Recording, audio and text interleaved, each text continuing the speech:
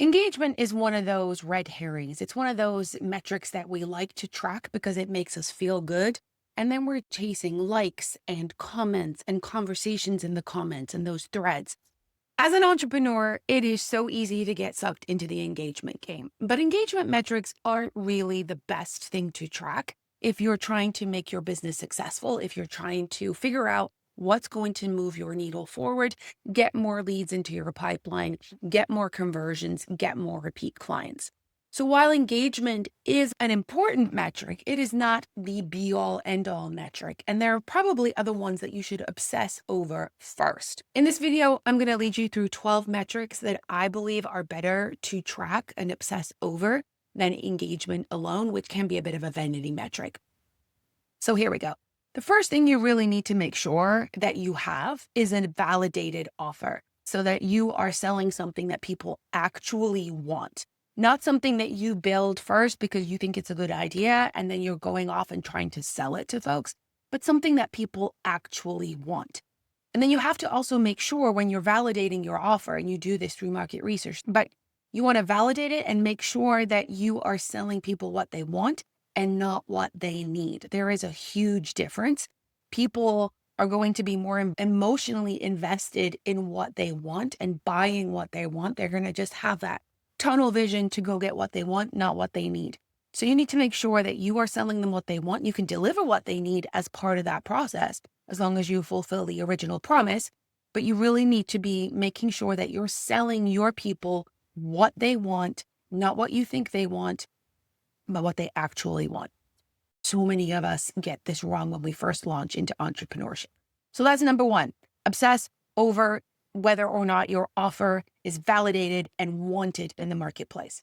Number two, you need to have a very, very clear message. Do people know what you are selling? Once you figured out what they want, do they know what it is that you are actually selling?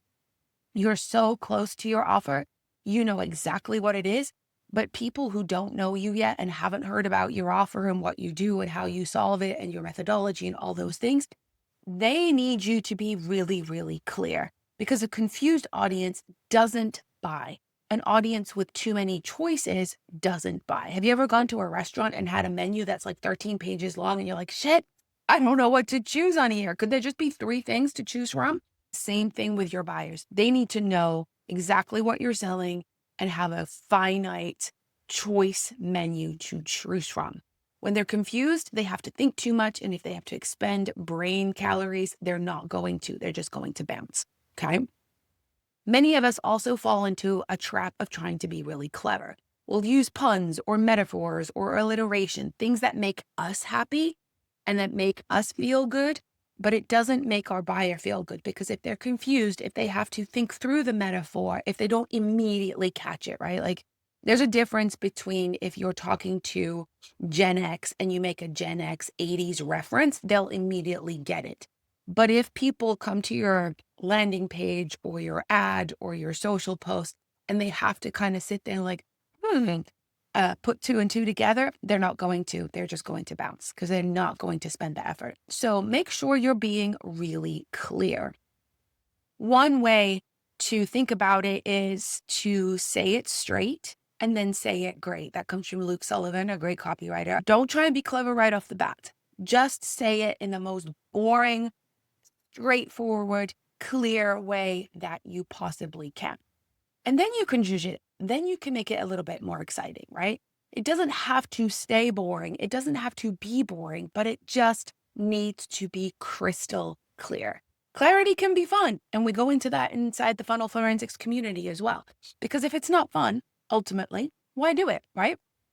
That applies for you as a business owner and your customer who is looking for the solution that you provide. Okay, so those are the first 2.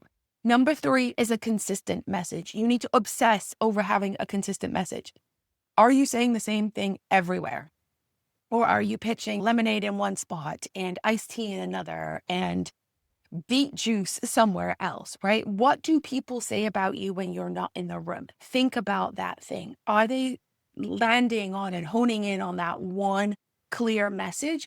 When they meet somebody else, are they referring to you as the client attraction queen or the person that is the expert on X, Y, and Z?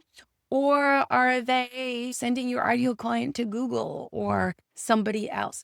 What is it that they're associating with you specifically? What is that tangible thing? That is what you need to focus on and obsess over. And that is what consistent messaging can do for you. Fun fact, I saw Gary Vee earlier this week talking about people who complain about the algorithm, right? That the algorithm suppresses their reach and isn't working for them or is screwing them over. And his answer to that was, you are the algorithm. You are the one that is driving the algorithm, and you are determining who your content is shown to and what content you see.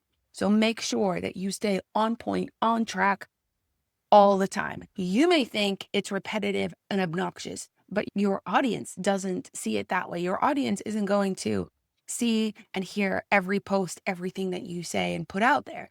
So just believe it, buy into it, and do it. Same message everywhere. Okay. So that is number 3. Number 4 is one simple, clear path. Your funnel does not need to be complicated. It doesn't need to include lots of different platforms. In fact, that is a bad idea. I did that in the very beginning as well. I was on Blue Sky and TikTok and Instagram and Facebook and LinkedIn. And then I opened a YouTube channel. Now I'm on school, right? And it got insane trying to keep up with all of those things, but also just like your audience isn't going to be in all of those places. So pick one platform, do what I did, learn from my mistakes, cull ruthlessly right now. Pick 1 or 2 platforms and drive your traffic to one specific place.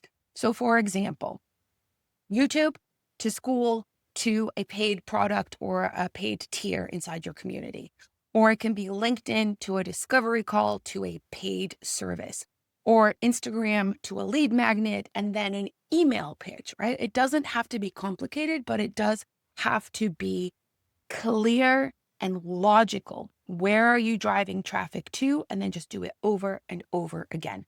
Doesn't matter what path it is. It just needs to be simple and clear. Start with one, get it watertight and working, and then add another if it makes sense. Okay. So don't do what I did and don't half-ass lots of paths to nowhere. Niching and simplicity really works. Okay. Number 5, ads. So it is true that you need to validate your offer and see number 1. And ads are not going to clarify a confusing offer, but ads are going to quickly validate your messaging, whether it's clear or not, and it's going to put your content, your ad, your piece in front of the right eyeballs fast. Meta is really good at this. No matter what you think about Meta and Facebook in general, their ad algorithm and system really work very well. They can quickly determine who's looking at your content, who to show it to, especially if you go into retargeting ads. So that is a really good way to quickly validate whether your messaging is clear and get your offer in front of the right eyeballs. But again, spend the time first to make sure you are offering something that your audience actually wants, not what you think they need. Sorry, I got hair everywhere. Okay. So that is 5, I think. I can't count. The work. You need to do the work every single day. So you need to obsess over doing the work, getting it done, not going to bed until the work is done. Not when you have a minute, not when your energy is low, not at the end of the day. So if you are still in a 9 to 5, don't leave this for the very end of the day for when you're tired. Do it first. Get up early if you have to. Entrepreneurship is not an easy game. It can be a simple game, but it doesn't mean it is easy. Simple and clear does not translate to easy. You do have to put in the legwork. You do have to put in the elbow grease. You do have to put in the time. If you do what I did in the beginning as well, like I made all the mistakes. I was like, I don't feel like this. I will do this tomorrow. I'll make the video next week. I'll start on Monday. That is going to get you nowhere fast. Okay. So do the work. Imagine that you have a brick and mortar store. And this is a visual that I use and that really helps me. Imagine you have a brick and mortar store, any kind of store. It could be an ice cream shop, could be a pet grooming shop. It could be a hardware store. It doesn't matter. Imagine you have a brick and mortar shop. You've posted opening hours on the door. And so you need to show up during those hours, right? Because somebody is expecting you to be open during those hours.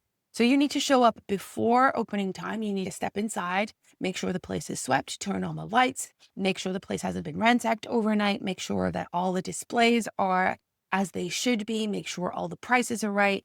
If you're running a sale or a special on something, make sure that is clearly posted, and that it's not incorrectly priced, all those things.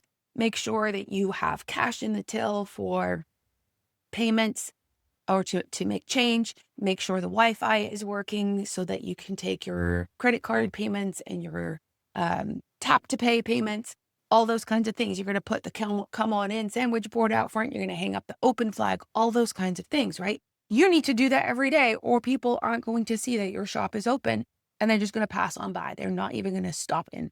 So that is what you need to do with your digital storefront as well. And that's what you need to do with your business as a whole. You need to get up in the morning and do all those things, open for business.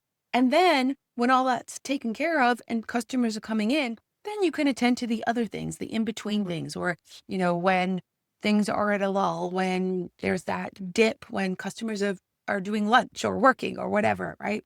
So you need to make sure that you have an open shop, that people know it's open, and that you're making offers every day. Next, you need to have just three to-do lists. No, 3 tasks on your to-do list every day, not 17, just 3. And from a lifelong list maker and carry over to tomorrower, I can tell you this has given me so much sanity and time back. So what you do, and I learned this from Sandra Yancey, you have 3 things on your list. You set them in the morning. You can figure out what they are every day. And then you do not go to bed until they're done. So the first thing is you need to do a task that makes your cash register ding. It doesn't mean that you need to make a sale that day, but it means that you have to take an action that can enable a sale, get your cash register dinging. So back to the brick and mortar idea. If you open the store and set everything up and make it welcoming, maybe you stand outside and wave people in, right? That's going to make your cash register ding. That's going to invite people inside. It's going to get eyes on your offer, on your service, on your products, and you are more likely to make a sale. If you don't do those things, if you leave the store closed and the blinds drawn and the open sign still turned to closed, you're not going to have a hope in hell of making that cash register ding. So that's what I mean by that. The second thing you want on your task list is something that moves the needle forward in your business. What is it that your business needs? Is it a messaging redo? Is it a rebrand? Is it a mission statement redo? Is it cold calling people? Is it making a content plan? Is it making a schedule for blogs? Is it setting up next month's calendar bookings? All those things. Like, what is going to move your business forward?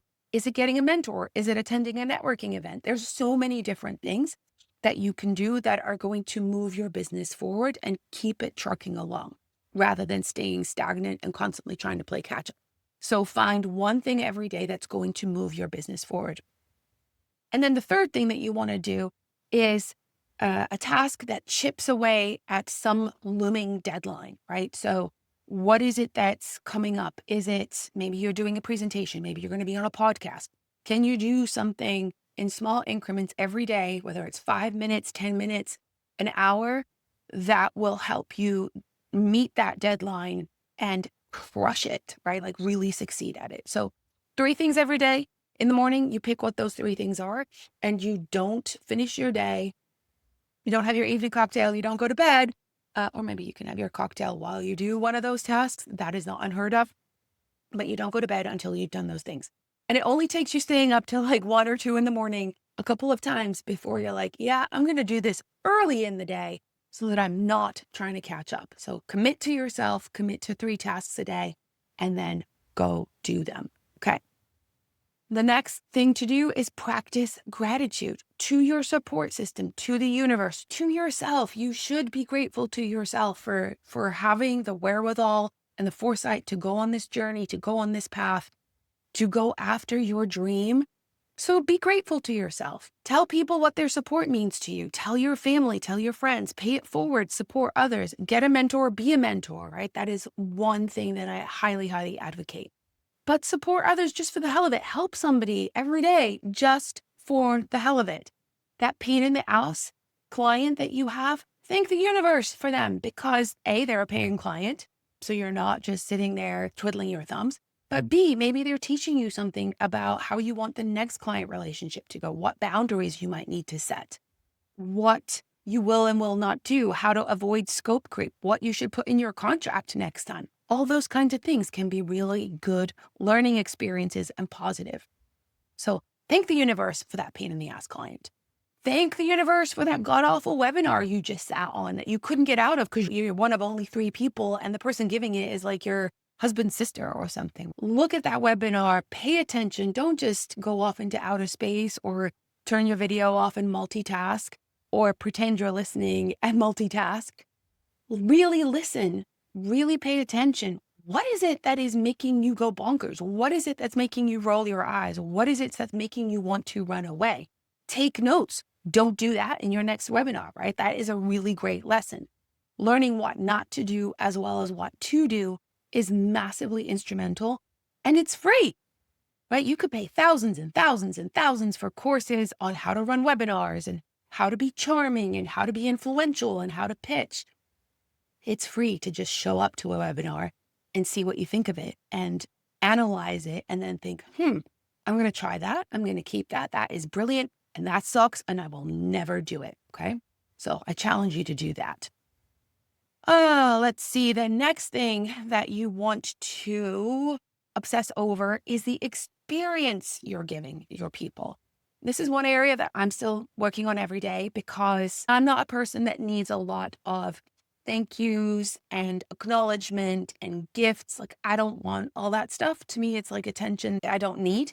But a lot of people really like this. I have a printer who sends a really nice gift with every first order. It's a little mug. It's branded with her logo and her company, but it makes you feel good. It's like I ordered business cards and here I get this mug and this set of stickers and like all these little things. It makes people feel good, right? So think about the experience that you're giving. Where can you find opportunities to delight and surprise your clients? Where can you give a little bit more? Because what they say about you when you're not in the room is what's going to carry over. So you really want to make sure that you are going above and beyond so that you are remembered. Your business is memorable. I recently read about a cleaning company that when they show up to their first cleaning job contract, they come over with, a little bottle of non-chemical spray that the homeowner can use afterwards. They bring home baked cookies. They have like this really nice little gift box. What can you do to elevate that experience for your customer? It can be a digital gift. It can be an acknowledgement. It can be a shout out. It can be so many things. And you should know what your customer is like, right? So you should know what it is that they will appreciate and value, what's going to make them glow inside and keep coming back to you again and again and bring all their friends as well. So that's that one, the experience you're giving. It's number 10 on my list, but I think I skipped a number. So we're just going to call it 10 and move on to number 11, which is the follow-up. This is a huge one and not enough people obsess over this. Most funnels and most funnel gurus teach you that the funnel ends at the sale. That is a massive blind spot. You've probably heard that it's easier to get a repeat customer than a new one, right? But only if you've delivered that great experience that we just talked about, that you've delivered on the initial promise that you made, and that you then follow up with them. So don't just sell them the thing, deliver the thing, and then be like, great, have a nice life. It's been lovely working with you. You've got to come back to them again and again. You got to show them that you care. Maybe you develop something new and then you reach out to Susie and you're like, hey, Susie, I just came up with this new thing. I think it would help you in your business because I know that last time we talked, you were working on XYZ. I think this could be really useful for you. Do you want to give it a try? Something similar. It doesn't have to be sleazy. It doesn't have to be pushy. Think of it in terms of, hey, I have something next level or something else or something higher that I think you might be ready for and that I think could really help you if you approach it in those terms. Your customers are going to be really grateful. They're going to engage with you more. They're going to be honest with you. They're going to probably be more excited to rebuy from you. And if they're not ready to rebuy, or if it's not a good fit for them, they can be great referral partners for you and suggest you to somebody else. So follow up, follow up, follow up, follow up. Okay. Always, whether it's with somebody who downloaded a free lead magnet, somebody who came to your website and then just bounced, follow up with people who haven't bought yet as well, because they've already raised their hand in some way. They've joined your community. They liked a Facebook post. They commented on your Instagram reel, whatever. Follow up. If somebody has raised their hand, if somebody has indicated interest in your universe, acknowledge them, thank them, make them feel good, keep them in there. Okay. And then the last thing that you need to obsess over, in my humble opinion, is referrals and testimonials. Now, this might rank very high on your I don't want to do this is uncomfortable scale, right up there with pitching, perhaps. But asking for referrals at every stage of your customer journey is really critical. You got to ask them for a referral before they buy, even when they buy, when you're delivering, after you've delivered. Again, this is something I'm also working on, but I've noticed that since I have been obsessing over it, I'm getting much better results. So how do you ask for a referral before somebody's even bought? Well, maybe you can ask them to bring a friend to the webinar with them. Maybe you can ask them to forward your email to a friend, right? If they're on your list, but they haven't actually bought anything yet. Maybe you run a little contest in your community and say, hey, can you bring in 10 people and I'll give you XYZ for free, or I'll do a group call for you and your 10 friends, like whatever it is. So if you can offer something incentivizing, tantalizing, enticing to people that help them bring more people along with them, that is a great way to do it. When they've bought, you could do the same thing. Hey, you just bought this thing. Do you know of anybody who could also benefit from this? Or that could be your support system, your accountability partner. Bring them in. Come on, I'll give them a discount, or maybe not a discount because they just paid full price. But you could be creative, right? Maybe I'll give you a bonus. I'll give you 10% off, or I'll give you an extra 1 hour call, whatever it is. Be careful with offering extra calls, though. Make sure that it's something that your people want, because sometimes the promise of an extra call or an extra 12 calls is actually going to come across as work to your people. They can be like, oh, I don't want to sit on a call with this person. What am I going to say? I don't really struggle with this. I don't do well in a one-to-one situation.